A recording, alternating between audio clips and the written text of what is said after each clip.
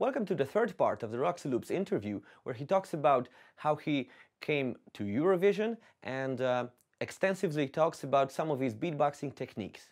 Enjoy watching.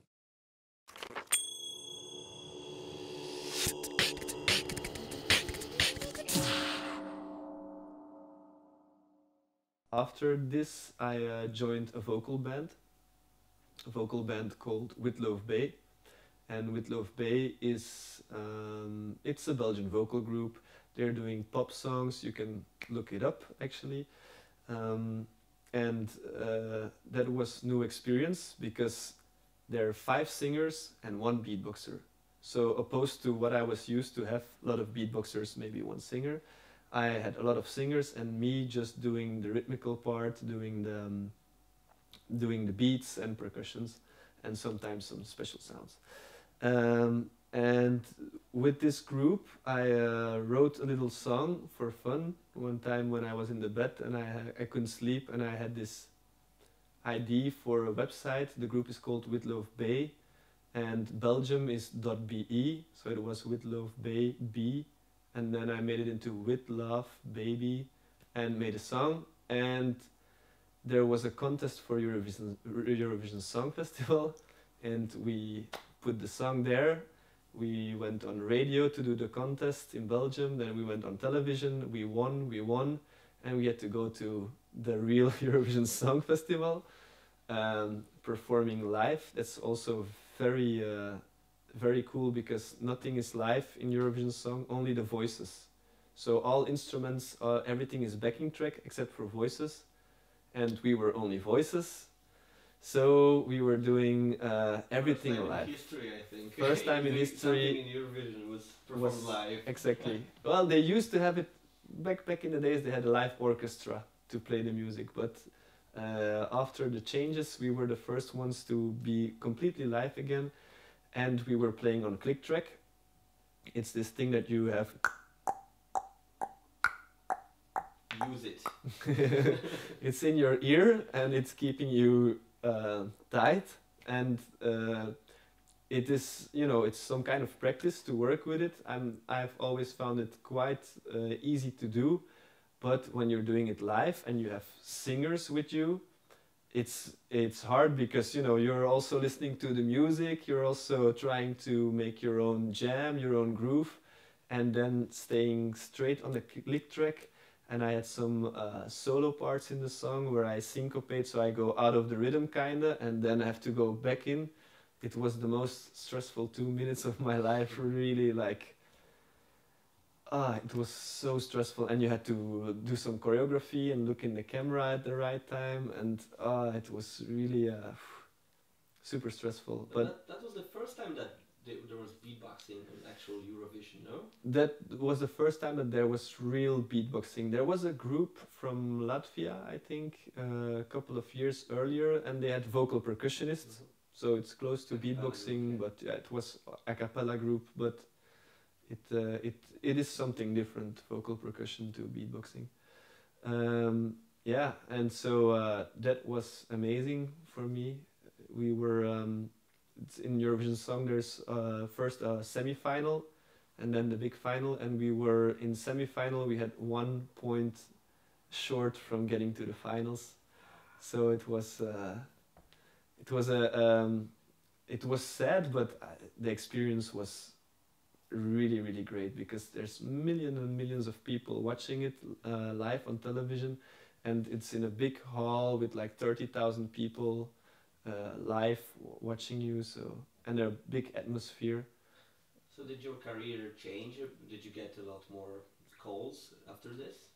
No, it didn't really change. I think we got a couple of more performances with Love Bay, but I never, I never got into the mainstream, or I never got somewhere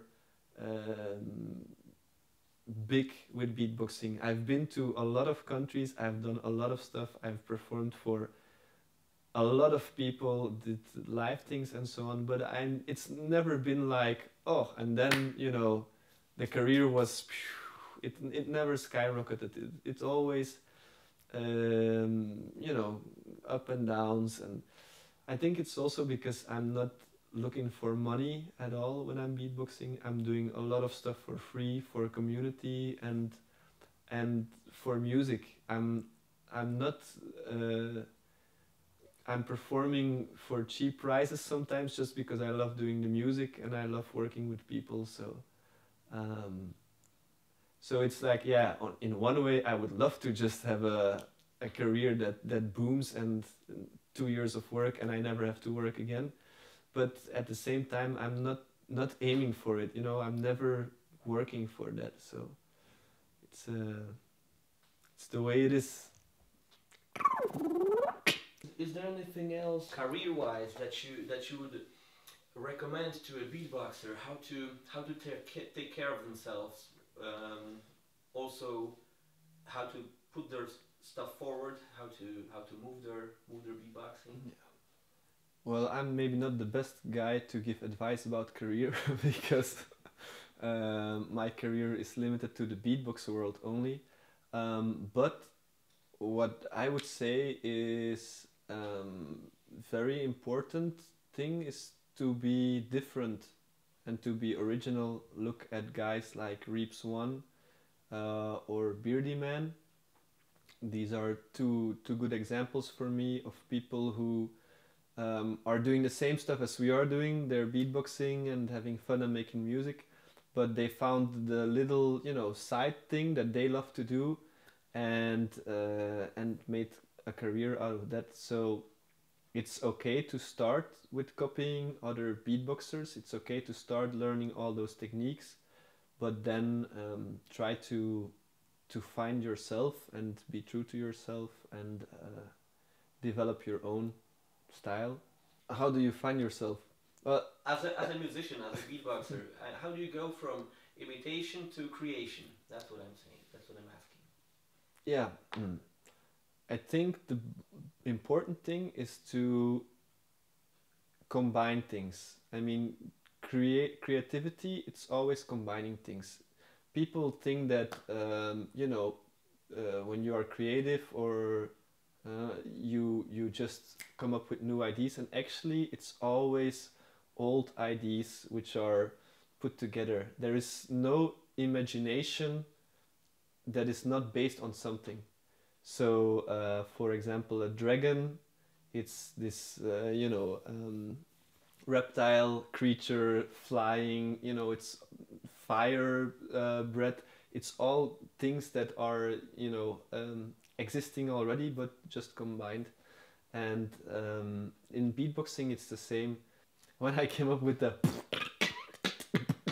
I'm doing, it's like hi-hat and then a high pitch inward and then which is the inward, and then also again the breathing in.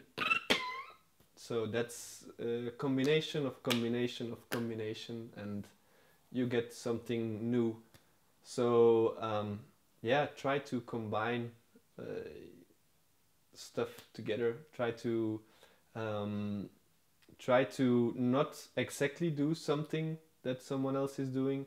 Try to combine it, and then you will automatically, that's your creative part. That's what makes you you, is that you are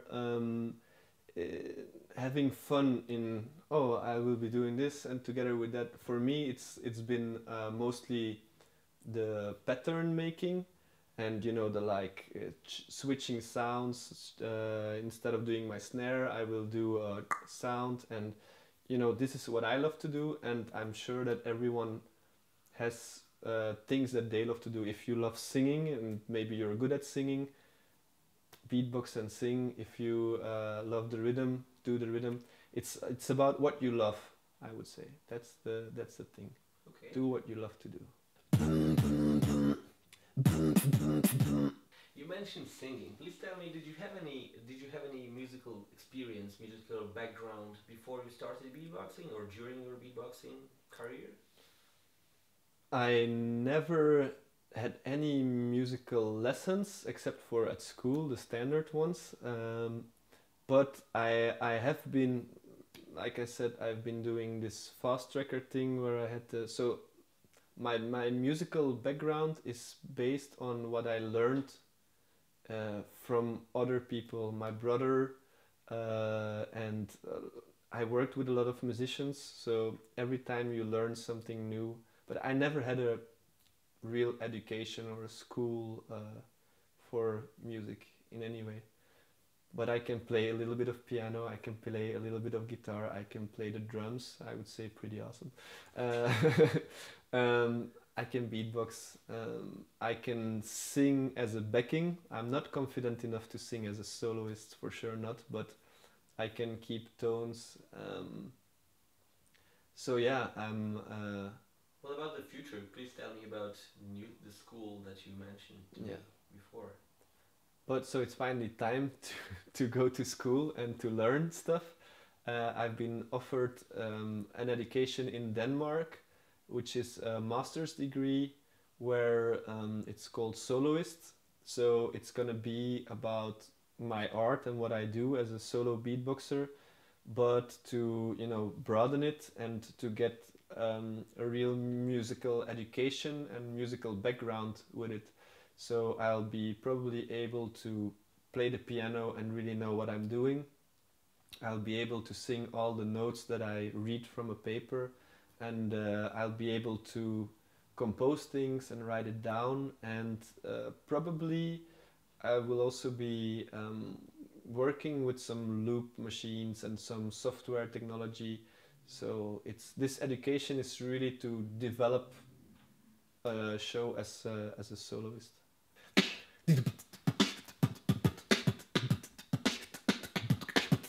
How do you consider breath as important for the beatboxer? Super important. Well, yeah, of course. But do you practice breath? Like, do you do some yoga, pranayama breathing, or whatever to make your breath more powerful? No, I think my breath has been trained by beatboxing itself. So, and of course, I started with the old school.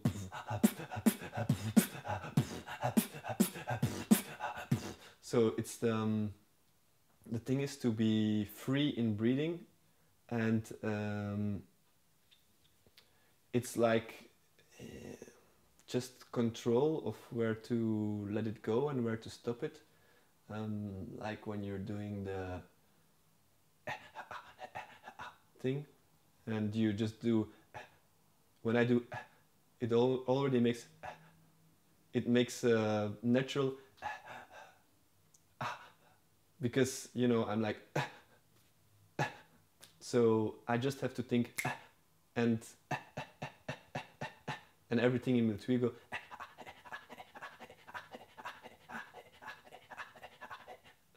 And so on.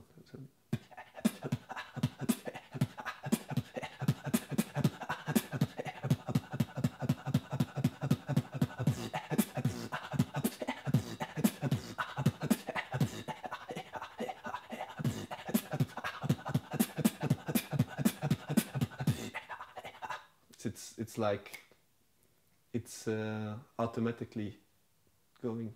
Are there any breathing patterns or breathing exercises that you could recommend to a new beatboxer? Yeah, for sure.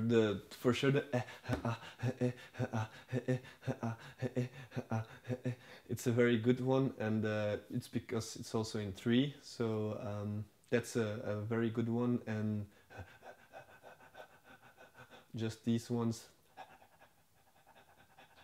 Like a dog.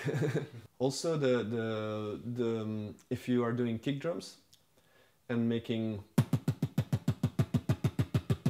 to have like a pressure, you can either do it humming like, and then the pressure will be just from the lips, which is a weaker sound. But if you do it from the belly, let's say, or from the lungs.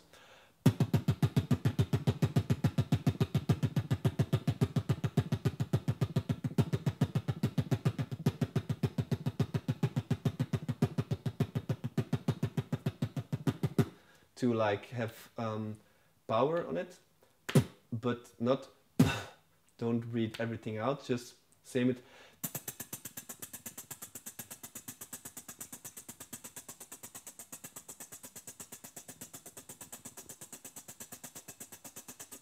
it's all of them are like sounds. Same with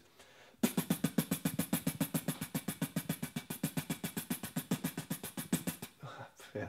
So just have a constant pressure from the lungs, but cut it by the mouth. Like it's just what I'm doing is just this kind of a breathing, very slowly pushing it out. I don't know if you can hear this even, but I think you can maybe hear this.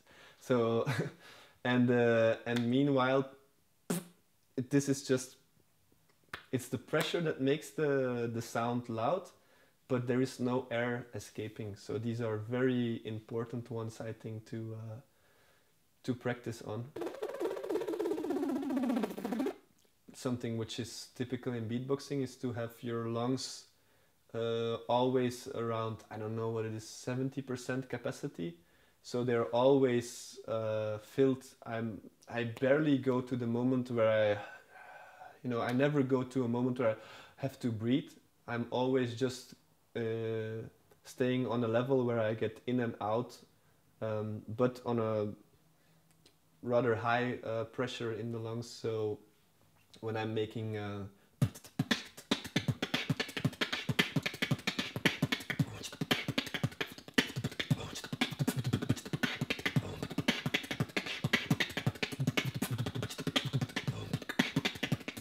I'm always like having the same amount of air in my lungs, and there is never a moment where I'm like, and I hear a lot of beatboxers actually these days. They are making some beats and then they have this kind of sound or something to like to breathe in, and I never reach a moment where I have to make one big sound to breathe in, because it's the in out in out in out in out. Keep it. Just like sex. Mm-hmm.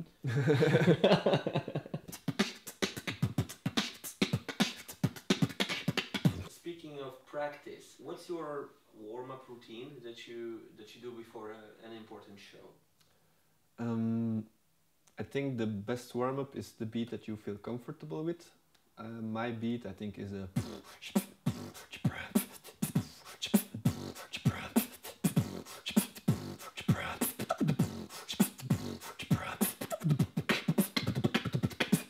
these kind of like standard things that you like to do and that you know that you can do, so they will always make you feel confident.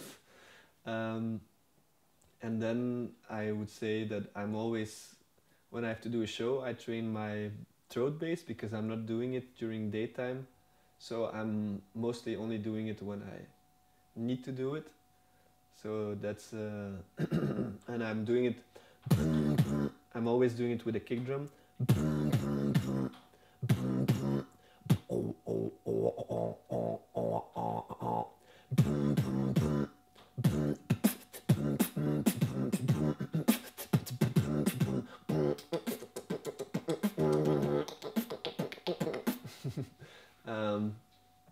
Yeah, and other warm-ups, I guess lips.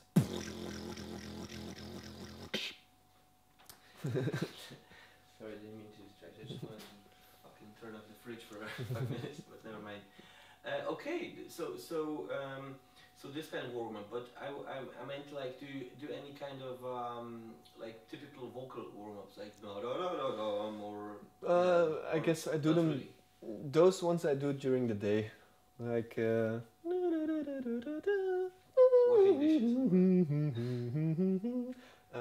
I used to like doing the when you have this kind of thing, makes me feel good, and also the inhales.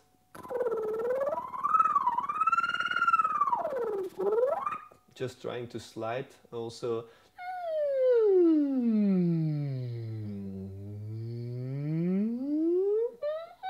See, they're like when it's breaking. It needs to warm up. There's a little bridge between so you need to. And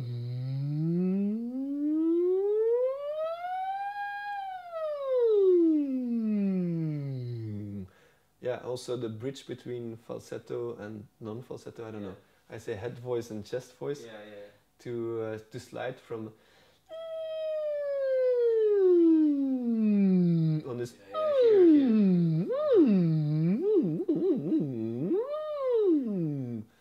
And speaking about that, I think that's a very good one to speak about. It's the hi-hats part, where you're doing. You're pitching your hi-hats.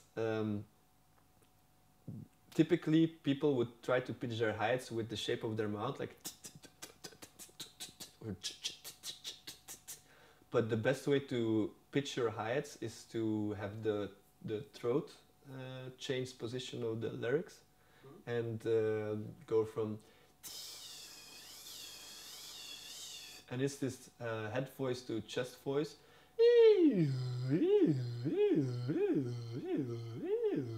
So you're changing. And you should be able to change it without voice afterwards. And then you can make.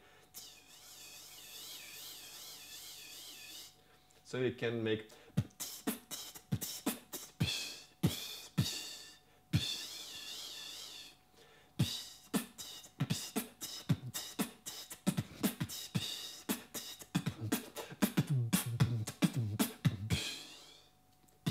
Yeah, so that's a good little tip. Have you ever thought of working as a beatboxing teacher or a vocal coach? You do have a lot of theoretical and practical knowledge. I've been teaching a lot of workshops, and especially on vocal festivals, and to a lot of people in the vocal community, and of course for young people and also for old people. No, I've been teaching a lot in my life, but never, under a structure. So that's why, if I'm doing the studies in Denmark at university, I'll be able to teach afterwards at university level. So it's one of my passions and dreams to become a teacher and like a real. Like a real Yeah. motherfucker.